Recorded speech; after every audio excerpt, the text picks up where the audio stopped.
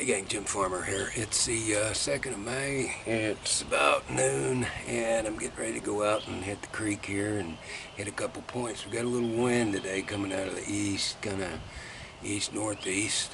It looks like a pretty good little breeze. Yesterday we had a pretty good afternoon throwing a crankbait up on the points, on the windy points, and kind of back in the pockets. Looks to me like we got a shad spawn going on right now. So I made some crankbaits. It's 1.5. It's a little different color. I've been throwing the shad crank a little bit, but I changed up the color. I think they like a lighter color a little better, or at least they did yesterday. So I'll show you what I'm using here. This is a 1.5 sexy shad. It's about the same as the 1.5 shad crank, but I just put a little different color pattern on it, lighten it up a little bit, and I think this lighter color is going to get them the water out here in the creek. It's just a little bit dingy, so I think this is going to help the bite a little bit if we get a little lighter crankbait. This crankbait dives about 6-8 feet, maybe 8-9 feet sometimes, depending on your retrieve. But all I'm doing is I'm just throwing it around these points. Don't care about the bottom. Bottom doesn't matter. Just throwing it around the points, staying at about 15 to 20 feet of water, just throwing it up as shallow as I can get it. Just a steady, slow crank. I don't want to drag it down to the bottom and scratch the bottom with it or anything like that. I just want to throw it out there just as far as I can. Another thing is, I'm using 8-pound fluorocarbon.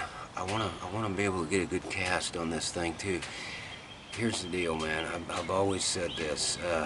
The longer this bait's in the water, the better chance that you got of catching a fish. Long casts are imperative to keep this thing in the water just as long as you can. Anyway, we're going to go out there, we're going to hit some points in the creek. I'm going to have the video camera on and off a little bit, and let's see if we can't get some nice bass this afternoon on these windy points. So if you're watching this, I probably caught some, so we'll see you in just...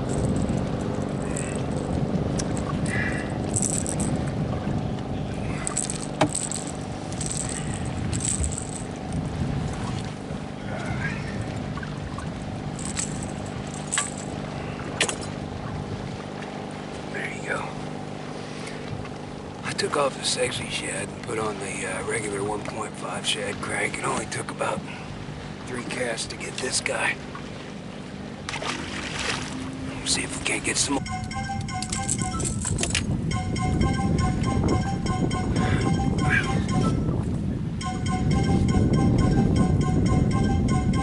Another good one on the 1.5.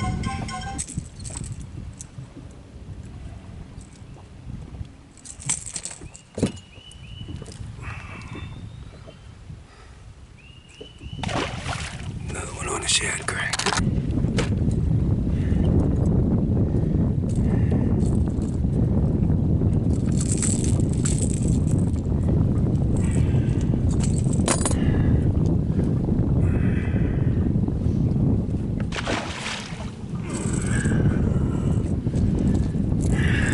There you go, 1.5 shad crank.